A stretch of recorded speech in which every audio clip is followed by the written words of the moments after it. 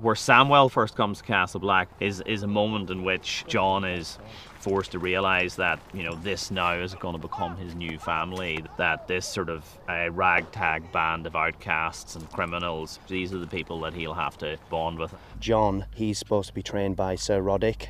He's had a military training, military background, so he's been brought up with that straightforward fighting style of no mess, no business. So you try and make the other lads a little bit rough around the edges and a little bit clumsy and slower. We didn't have much time to learn the fights, you know, so it was quite tough going to remember all these moves and try and look like you're an experienced fighter. You start them off on wooden swords, nice and steady, and then they'll progress to the rubber swords for the scene if it's a heavy fight scene, and then judging on their level of capabilities, we move them onto aluminium swords to get the nice feel and look. It was physically very hard, quite emotionally very hard as well, but I think it had to be if I was to feel any kind of connection to it. There's no point in me being padded up and hit with cardboard swords and don't feel anything. So I specifically asked that it be, I regretted it later obviously, but I specifically asked that it be uncomfortable.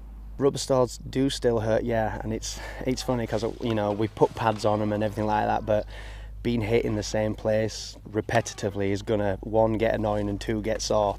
So you do get the occasion when you ask if you want a pad. I mean, you're not being a sissy if you say yeah, and sometimes they say no, and then after about take 4 or 5 they ask if they can have the pad again, so you're like, yeah, no worries.